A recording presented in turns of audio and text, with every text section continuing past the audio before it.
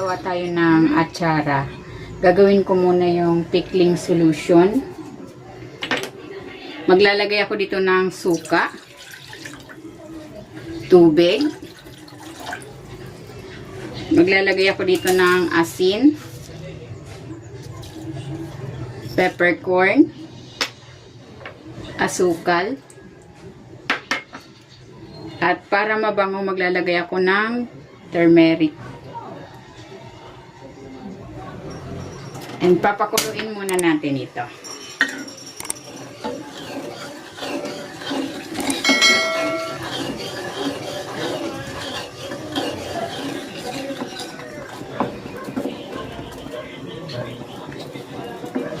Ayan, kumukulo na. Ahanguin ko na. And then, papalamigin ko muna ito bago ko ilalagay yung mga gulay at prutas. And next, ilalagay ko na itong pickling solution dito sa jar. Ilalagay ko na dito itong sibuyas, siling green. Pwede kayong maglagay ng labuyo kung gusto niyo ng may konting anghang. Meron din ako ditong carrots, labanos, pineapple tidbits, pipino, at itong apple.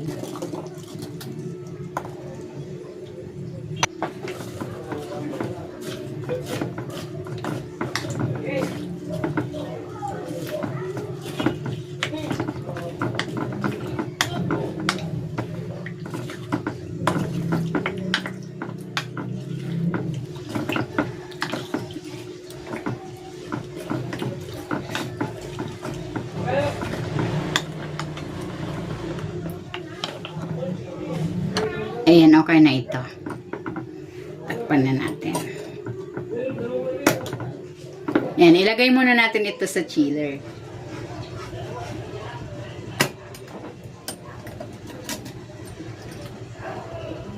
Ito na, ready na itong ating fruit and vegetable atsara.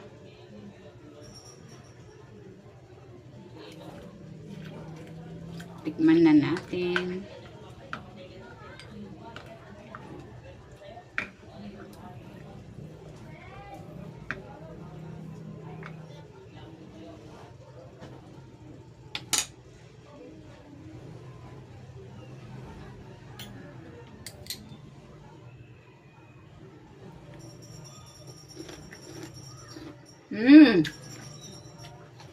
Sarap.